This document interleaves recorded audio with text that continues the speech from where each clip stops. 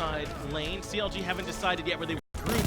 They want to try and fight in the jungle, but a blink and Mez coming out from Neil that forces out the beads very early on from Hurry. He throws out the ultimate on the right-hand side. It does bring Sam low, but they haven't been able to get anyone in kill threshold. And all those dots taken onto Sam is preventing him from blinking into the action, from doing what he's been doing the entire set. And with that Pele being out of commission, that's going to be a tier 2 free tower for CLG. And Sam may have lost his beads, but Snoopy on this Freya still has all of his defensive relics. He'll still be relatively safe, especially with the Valkyrie's discretion. And now CLG can move right over to the tier 2 in mid. Not nearby is Paul. The rest of the team a bit spread out. They should have a chance for this. I don't know if he walked over a ward. I don't think that they spotted Paul around this corner. He's looking for any farm he can get, going for this blue buff there, but will have to back to play defense ultimately. CLG waiting on their wave to catch up to the tier 2 tower. Speed buff not there. They might be slightly bummed about that, but they should be able to grab this structure without any trouble. Trifecta only putting up a defense in show, not actually trying to slow them down. They're going to wait on Phoenix. Hey, remember when I said Paul needed a back? Yeah, there he is. He didn't back. There he is. But was that man still pushing on the left-hand side? That was just a commitment by both members, trying to get any farm that they can, strip away the buffs, knowing that they weren't interested in defending the tier 2 towers. Their real defense has to be at the Phoenixes. Well, with how much they've conceded across the last 4 minutes, and I'm talking about Gold Fury, Pyromancer, Fire Giant, and then all 3 tier 2 towers, this better be one hell of a Phoenix defense from Trifecta to justify in this case, because now, I mean, their backs are truly against the wall. They're 10k down in every relevant metric. This is going to be tricky because they don't have the same kind of range out of Paul.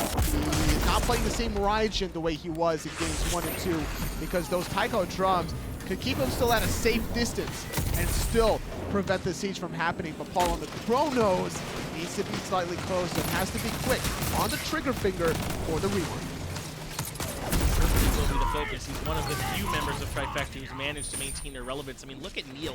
He's level 13 on the Kumbhakarna right now, and really only has the Onis and Mantle of Discord. Not going to be able to stand up very well to find OK or Mask. It's an expensive item, the Mantle of Discord, which is why he's a full item and a half behind Jigs now, that has the Spirit's Robe, working on a Mantle of Discord in his own right. Second Gold Fury of the game, 23 minutes in, shall be secured from CLG.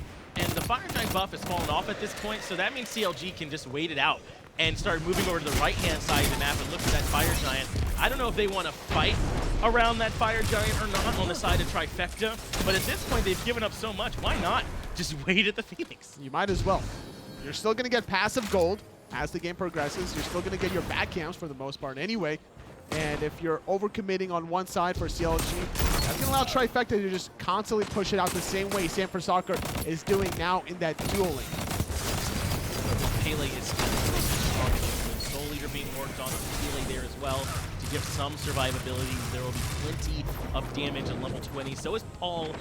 Zapman is almost level 20 as well. So they're not so far behind in terms of experience. It's really this gold that they're going to be feeling the most as Pyromancer goes down and Fire Giant will be here momentarily.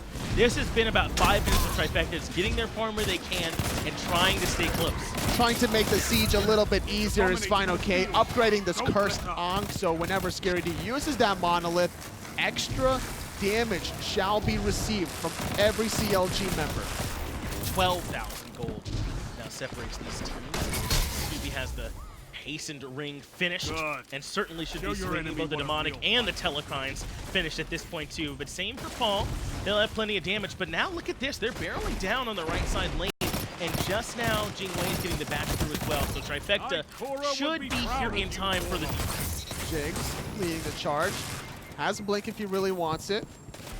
Every time we turn to Snoopy, his eyebrows are like raised, like he's seen a ghost, man. This is game 3 focus coming out of it. Oh yeah, he absolutely understands the importance of this match. And this is a CLG team that has a lot of faith in what this roster can do. And all year long, they've considered themselves one of the top teams in North America. They think they should be at the table with E United, with Space Station, with Splice. And this is their chance to show it. They've got Mask on the roster now. He's looked great for them in the jungle. And a chance to take out Trifecta on their way to try and get to DreamHack. And CLG were no slouches when they had Homie Efe in the spring split. They were very close to making it to the land. Their first half of the run was solid. But that little 1 week bye break or whatever, definitely slowed them down between weeks 3 and weeks 4. I think that E United really stepped it up, and it was funny because I think CLG won that week 3 set, but then lost week 4, and that really just stopped all their momentum. But that was spring, now we're here in the fall, and CLG are just 2 wins away, or 1 win and then 1 set win away from making it to HRX. Yeah, 1 more set win. They'll be up against the Mouse if it is CLG who makes it. And they've got the numbers that say that they should, but Trifecta are the ones who've had quite a bit of time to talk about how this Phoenix defense should go.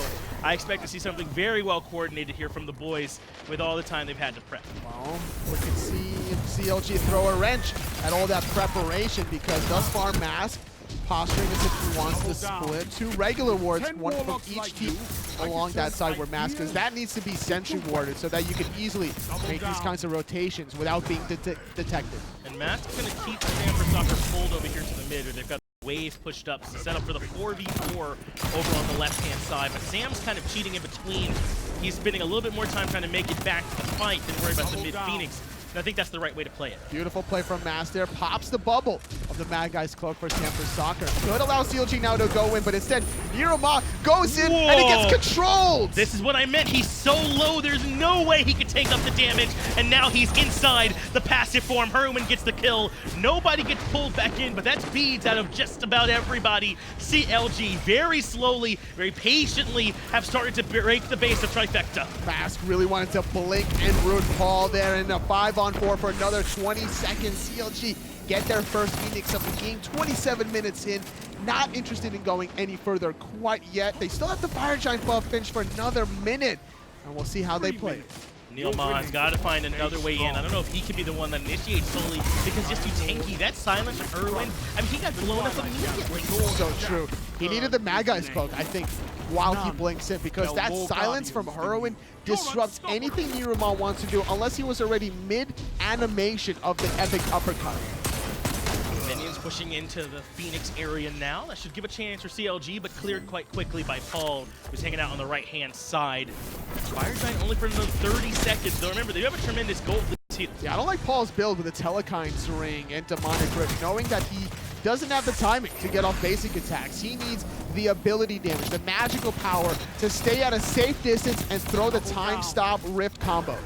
Ares keeping those defenses bolstered, at least Jigs is. Banish lands on Paul, but he doesn't overreact and holds on to the beads. But the Phoenix being slowly whittled down, it's at half HP, and Snoopy continuing to chunk it away bit by bit. Slowly but surely, Jigs now going into the thick of things. Scary D gonna get pulled in the back line. Look at Sam though. He's trying to find Herwin. Paul's able to find okay, and Sam removes Herwin from the equation. Snoopy is still standing tall at this point, but it's actually a 4v3 in Trifecta's favor. Stanford Soccer uses the knockup, but Mask wants to find the opposing jungler, but no one helped Snoopy in the back. Paul is just an absolute animal. He can't be stopped. The Mez will get negated by the overhead kick.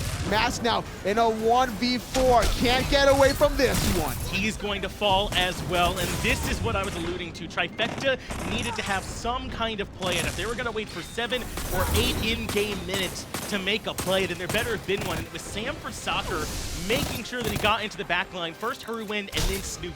Took so much damage, Herwin there, and he used his Shadow Step defensively away from this team fight instead of Shadow Stepping into one of his teammates. I think that would have been the better defensive play to buy Herwin an extra couple of seconds. And I think that CLG had a good initiation there, but they might have just waited around a little bit too long. They'd gotten the left side Phoenix. The Fire Giant was essentially falling off. They only had it for a few more seconds to try and get any value out of it, and Trifecta capitalized on that window perfectly when the blink went in for Jigs. And the thing was, they caught what? Scary D and Niroma, the Terra, Kumakarna under that Phoenix seed.